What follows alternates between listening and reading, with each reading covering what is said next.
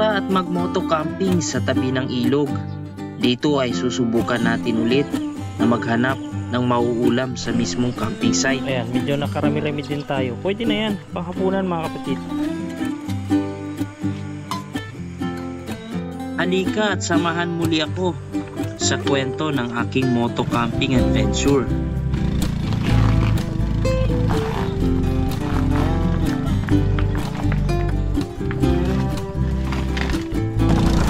Up!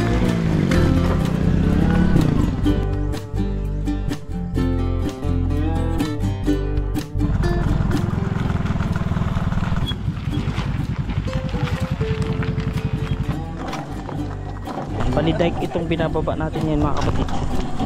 Kaya medyo mahirap. Sige, dito muna.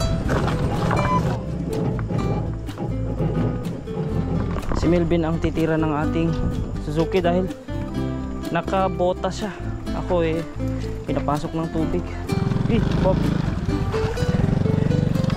nabasa yung ano ko, sako. Okay, challenge bukas kung paano itong pag-akyat natin doon. Good morning world. Samahan nyo ako sa isang solid na moto camping adventure. At ang gagawin natin ngayon ay bushcraft. I-try natin ang survival camping kung kaya natin. Umalis tayo sa ating bahay 6 na ng gabi. Tapos nagkita kami ni Melvin, si Ven Motor, dito sa San Nicolas na. At ito yung bitbit natin ngayon. May dala tayong tinapay. Dinaanan ko to doon sa bahay.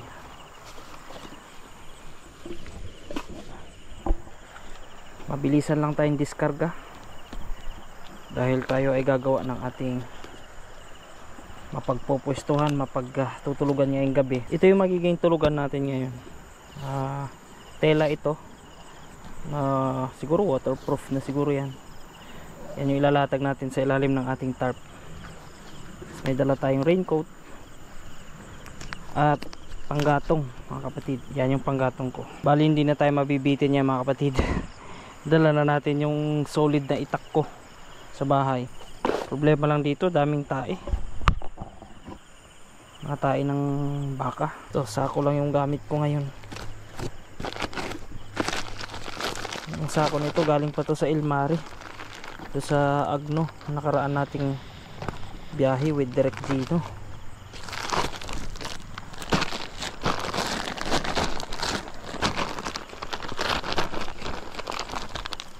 One-hand technique muna tayo dahil naghahawak ng ilaw yung aking kabilang kamay. Ito yung ating tarp at ito ating dry bag. Nandyan yung ating extra na pantulog. Ito malupit na panglagari natin. Wala tayo ng 7 pamoste natin na kahoy. Ang mangyayari ngayon mga kaibigan, tatayo lang tayo ng tarp pa ganyan, tapos higaan na mismo sa baba. So malaki naman yung tarp natin. Diskartehan na lang natin kung paano natin makulob yung loob nang sakay di tayo mapasok ng hangin or hamog. At okay naman yung panahon ngayon dito.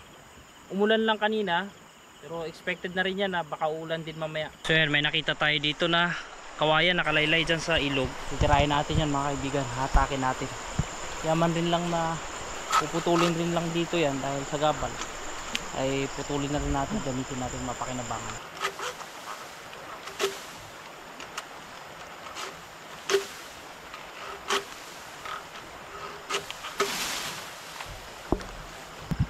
Wala, yung mga flashlight ko nasira naman na. So motor ang pakinabangan natin, yung ilaw niya.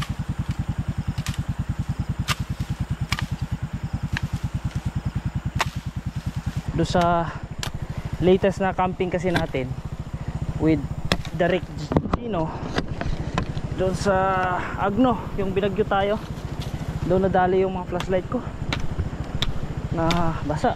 Kaya nasira. So, tsaga naman tayo dito sa ibang source ng pangilaw natin. Sana magkasya na itong gagamitin nating kawayan. May mga lokal dito na nangunguha ng, hindi ko alam kung anong kinukuha nitong mato. Tanungin ko nga. Apo, niya nga iti malala. Lidangan po. Ay, lidangan. Ay, kamping po. Owen. Tagatak mo lang, dito mo lang San Rafael. Takalupaan. Owen.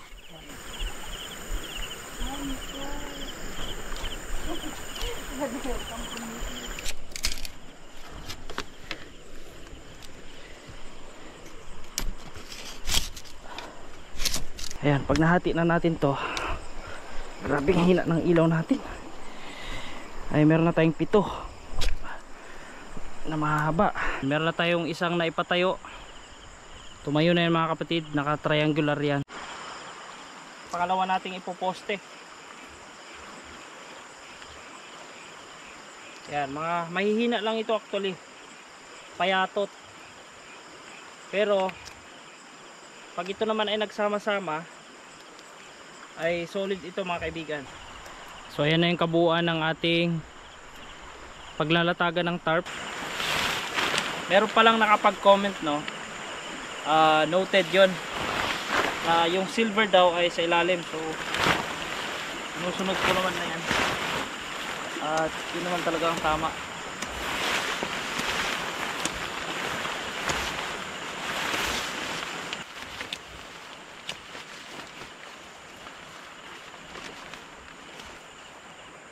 Shoutout pala sa mga bagong watchers natin galing abroad, maging dito sa Pinas. Thank you sa appreciation ng ating content. Kahit na mahirap ay ginagawa natin ng paraan. Mga kapatid, gagawa tayo ng panilsil. Yes, pamigil natin doon sa ating tarp. Sa bawat ano kasi niyan, corner merong pwedeng pagpansaka ng yan yun, no? Para hindi liparin if ever na may hangin. Tapos may nakuha na pala ako. Magagamit natin ito mamaya pag nagsaing. Yung lagi natin ginagawa na Y. Yan. Madali na lang ito mamaya. Dalawa ito eh. Yan siya. Ito pwede na to. Yan. Ganyan, no? Hindi ko na siya tatanggalan ng dahon-dahon kasi pamigil niya na yan. Kabit na natin.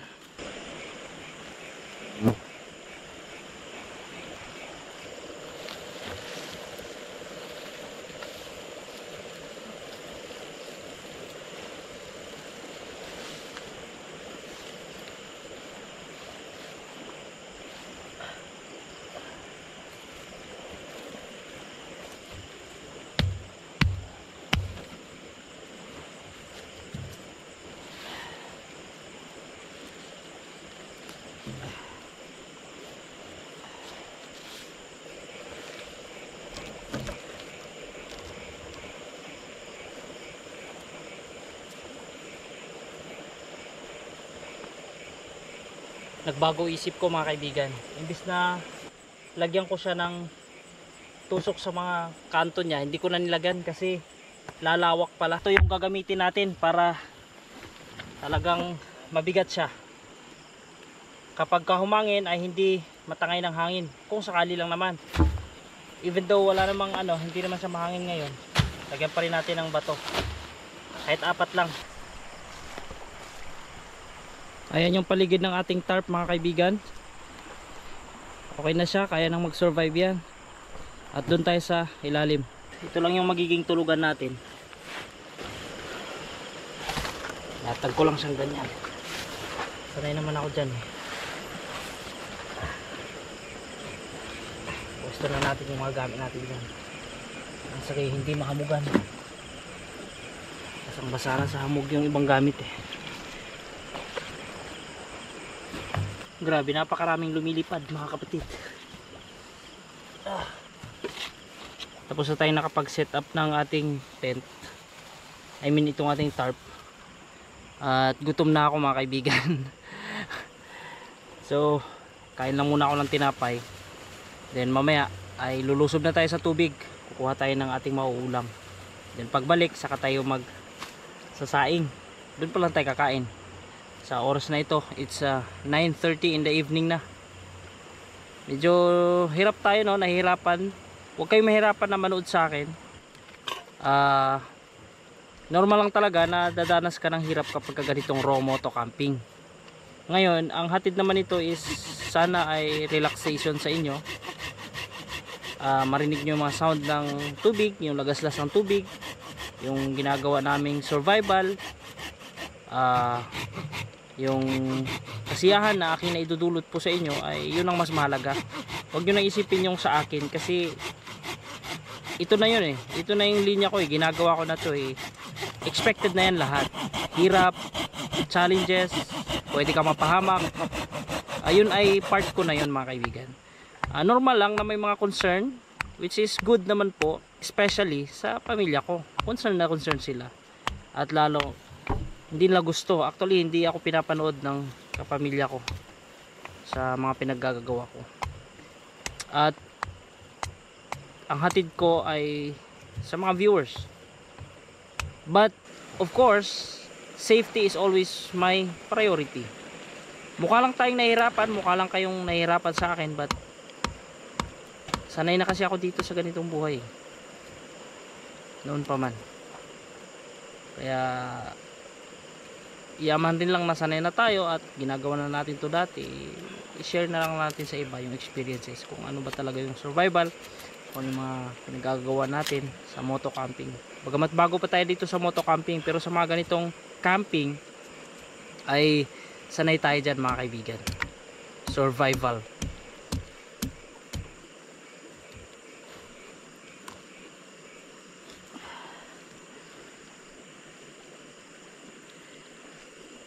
So medyo hindi nakita, mga kapatid. Ngayon ay naghahanap na tayo ng crab na ating mauulam. Sana nga ay magtagumpay tayo ngayon, dahil nung nakaraan nung tayo ay sa Benguet ay hindi ho tayo nagtagumpay sapagkat napakalamig ng tubig. Dito na may hindi gaanon kalamig. Sana ay meron tayong makuha, mga kaibigan. Good thing may makukuha tayo, mga kapatid. Hindi maliliit, medyo malalaki na sila, mga kaibigan. Okay, positive tayo dito. Unang sabak ko pa lang nakakuha na ako ng isa. Kuhanin nga natin yung mga suso. Yan, solid na mga suso, mga kapatid.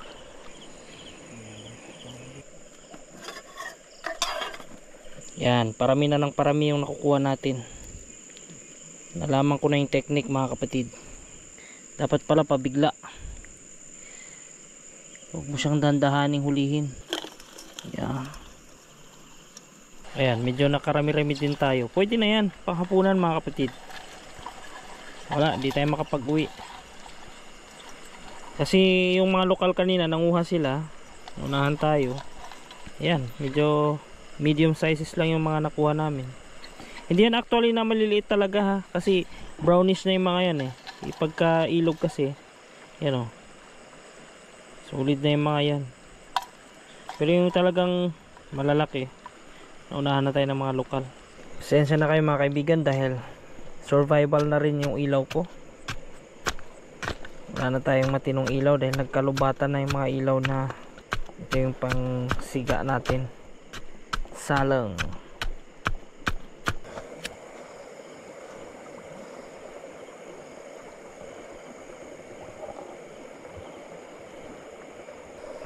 Bagamat umulan kanina at basa itong kapaligiran natin at lupa, dahil dala natin na ito yung kahoy, at solid na kahoy yan, pang sungrod talaga.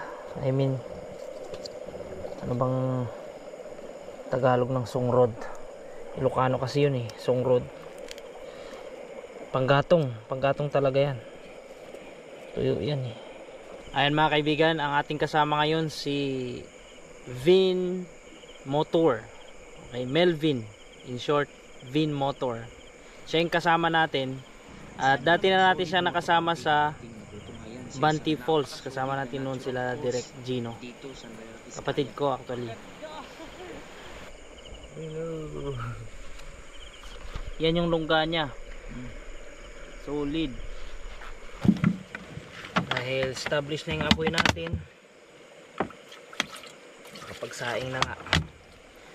Maramihan na yung dala kong tubig para hindi na tayo mabibitin. Lagi na lang kasi ako nabibitin eh.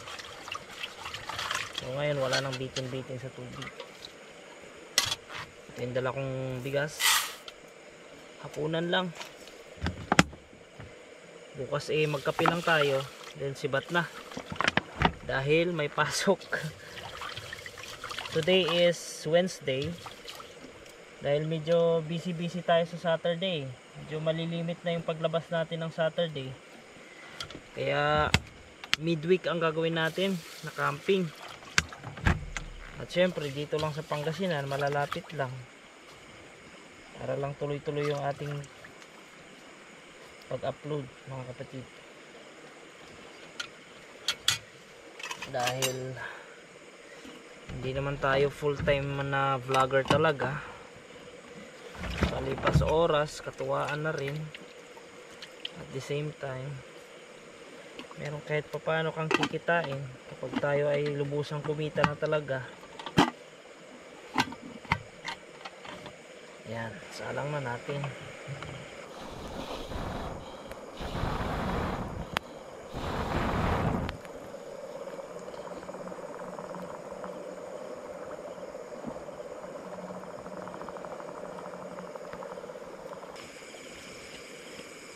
$11.26.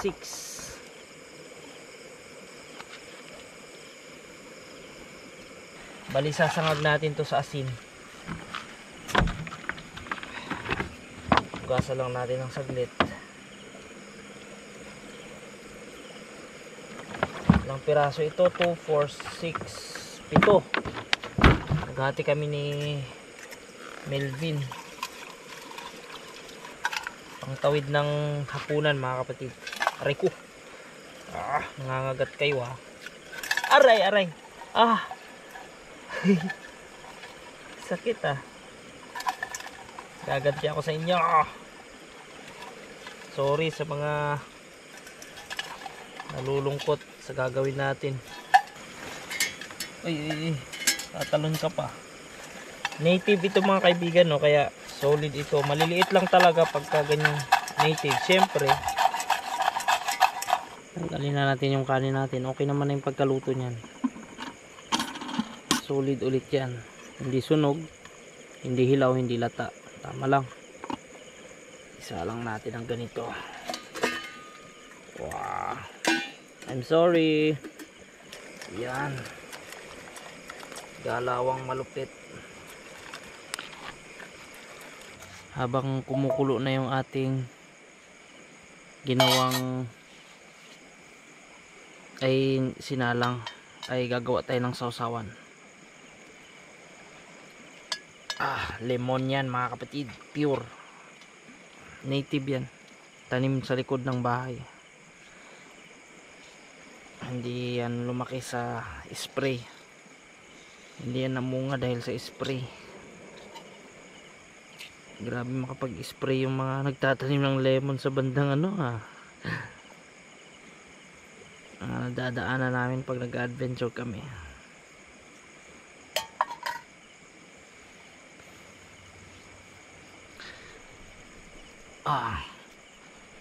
Para durug. Alright. Kilala nyo ba kung kanino itong kutsilyo na ito? Paki-comment kung solid ka, alam mo kung kanino galing yan. At kung sino yung kasama kong nabigyan ng ganyang kutsilyo.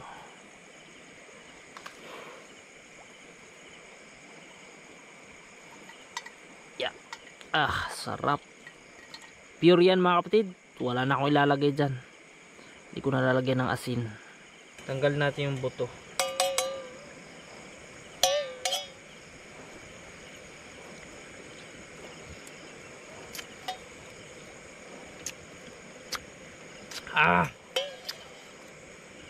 Sarap. Tapos yung talangka medyo alat-alat dahil nilagyan ko ng asin yun. Tama lang, pares sila. Yan lang yung hapunan natin. A bit of survival.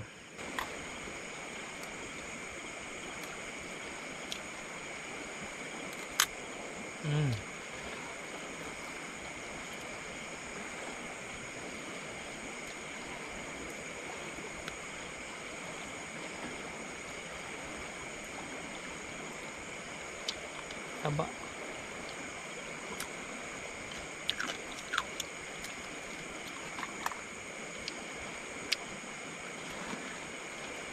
Manamis-tamis.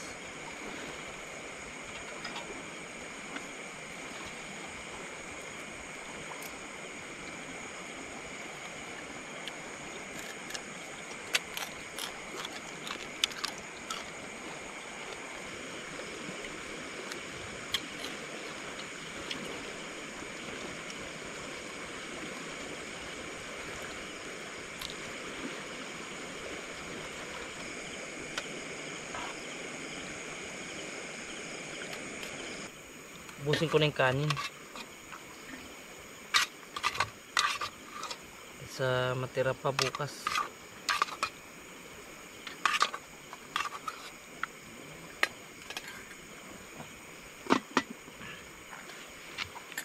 Alat asim na lang ang ulam talaga. Ayan na mga kapatid, papausok tayo doon yung kahoy na natira. At paano ba yan? Magpapahinga na tayo. So i-tour ko lang kayo, no, dito sa aking higaan. Ito yung pwesto natin. Ito yung magiging itsura ng higaan. Kita ko lang sa inyo. Yan, basa yan dahil basa yung paa ko. Tutuyo yan mamaya dahil ano. Yan lang yung higaan ko. Magja-jacket tayo, pantalon, medyas, tapos arat na. Simple lang.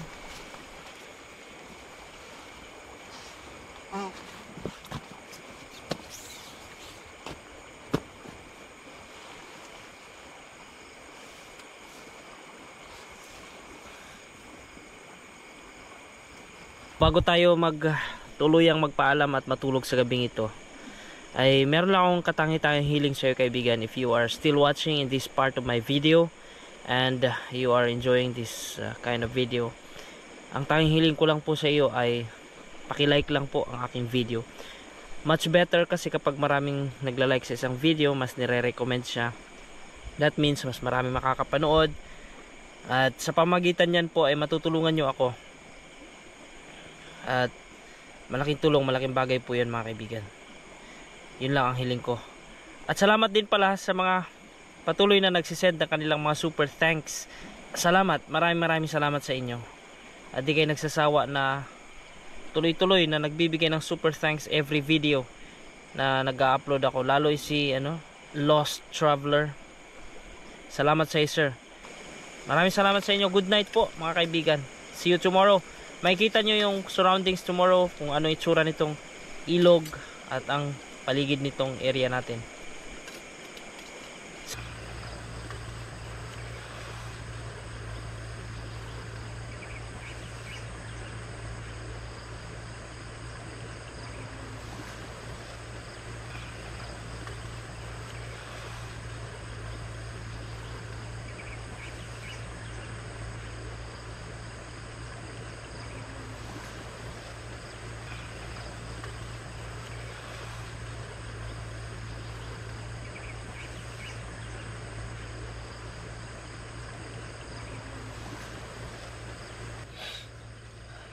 Good morning mga kapatid, mula rito sa Kader kung tawagin ito, dito sa Nicolas, Pangasinan.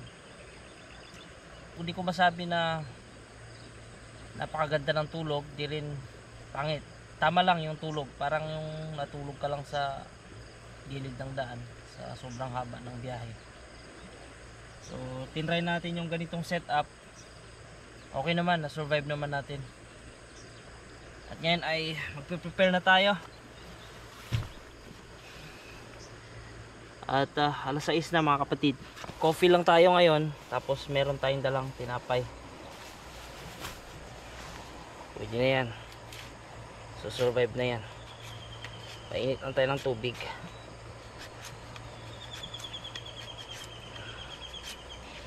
Siya nga pala, sa pagtulog ko kagabi, bandang alauna, nagsuot na ako ng boots para mas maganda yung tulog natin at di tayo ma-disturbo ng hamog at lamig.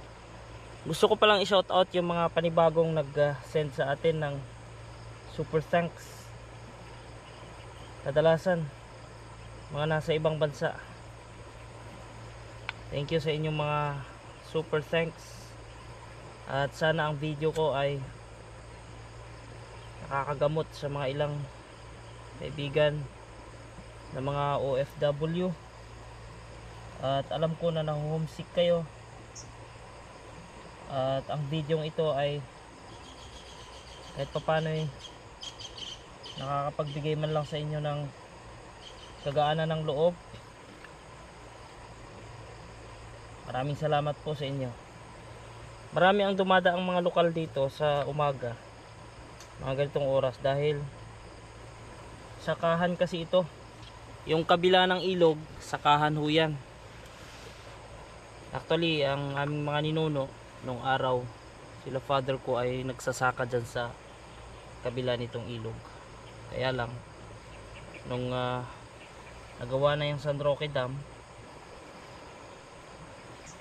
laging umaapaw, laging nababaha kapag may mga bagyo at mataas ang tubig. Kaya na wash out yung sinasaka nila dyan. Yung ibang mga dumadaang lokal dito, nag-i-smile na lang sila kasi kilala naman ako. Nakikilala nila ako sa mukha. Dahil syempre dito tayo lumaki. At dati ko na rin pasyalan ito. Dati naming paliguan. Kaya nostalgic ang place na ito para sa akin. At sana ay nakakagaan sa inyo mga kaibigan.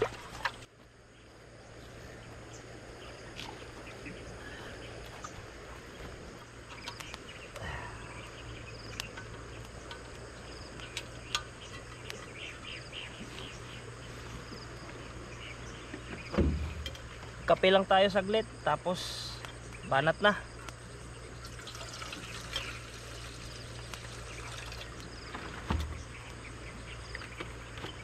Sakto yung tubig ko, boss. As usual, yung kape natin ay may asukal na. Barako yan. Kumulo naman na. Habang tayo ay nagkakape, ay magliligpit na rin tayo. Dahil alam nyo na kung anong rason. Ay, alas 10 pa, pasok mo. Kaya yan. Init.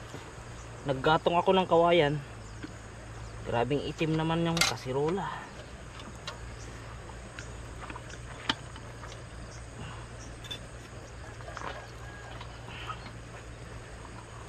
Ay, grabe. Init. Kape mga kapatid. Good morning once again from Pangasinan to yours, wherever you are.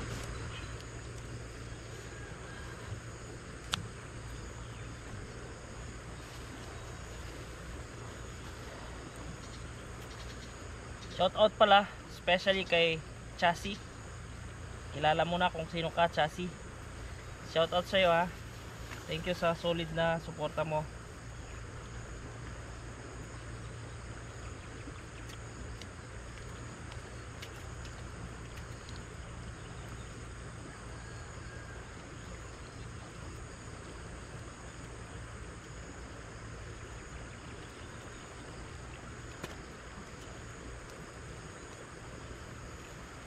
Ben, pandesal. Itong pandesal pala ay dinaanan ko to sa bahay. Meron kasi akong dating bakery, pinasa ko lang sa kapatid ko, sila nang nagmamanage. Binenta ko na actually. May tinapay dyan, Mer. Dating pag-aari ko na pandesal. Ay,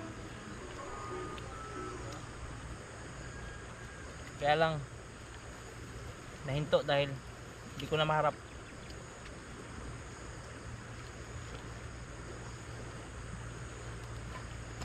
Dahil tayo naman ay nandito sa ilog. Ay! Dong.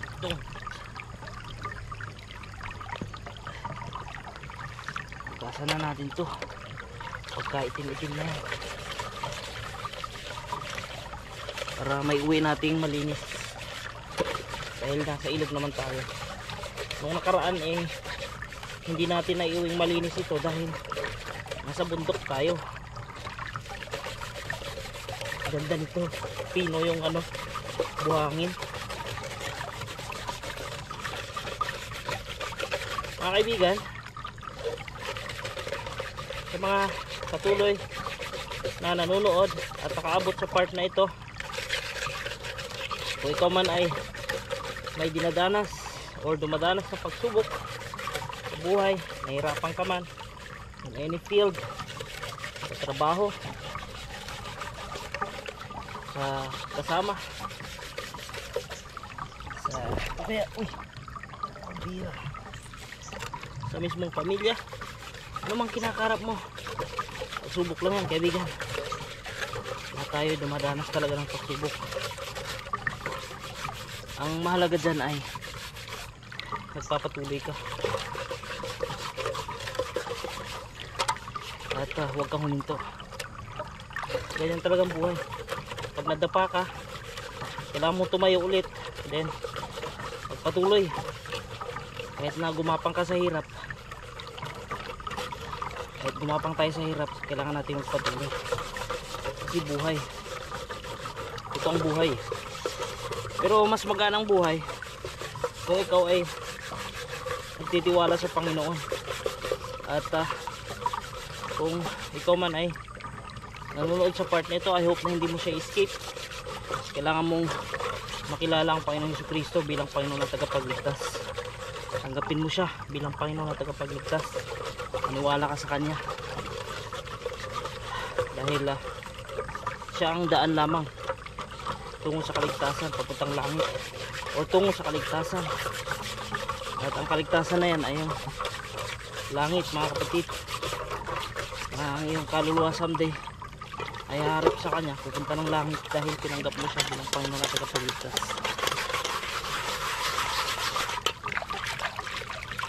And of course, it is not because of religion, mga kapatid. Hindi reliyon ang aking sinishare dito.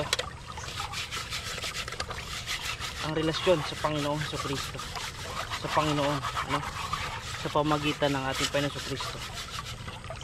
Sa ganitong setup, mga kapatid, syempre ayan yung advantage niya. Madali siyang iligpit.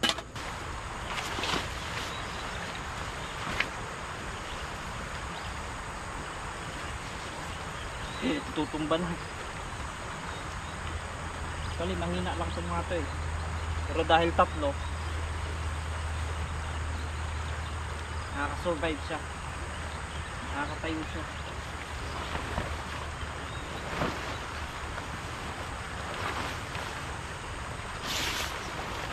Wow! Alright. Tapon pa yung kape ko. Wala na. Wala na tayong pang sugar sa You're my honey. Okay lang yan. Maraming salamat sa pag-abot sa part na ito ng ating video. Salamat sa pagiging solid. Alam ko marami na kayo ng mga solid.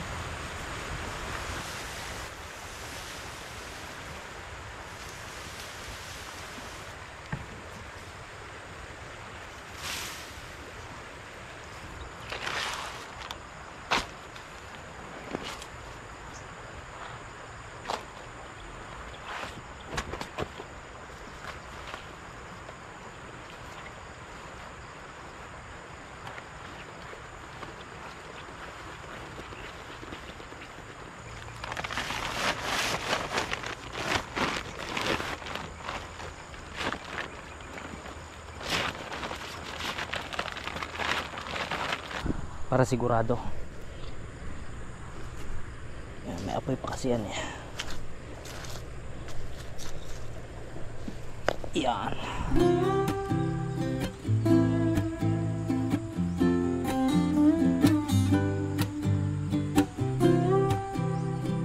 Ikaw muna mag-drive pen kasi nakabota ka.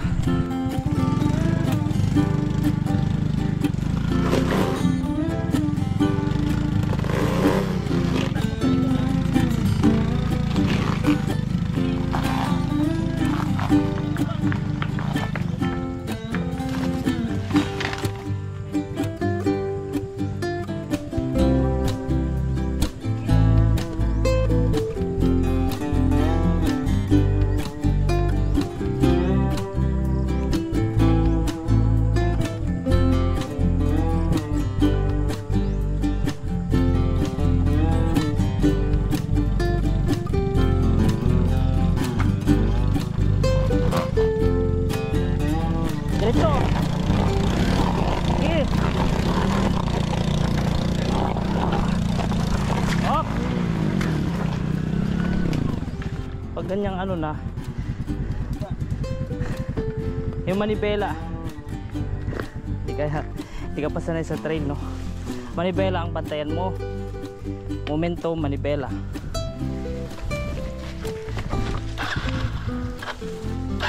Wag.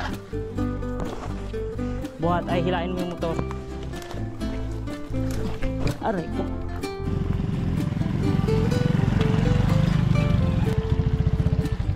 Again, maraming salamat sa pagtapos sa aking video. Hanggang sa susunod na video, kita-kita po tayo.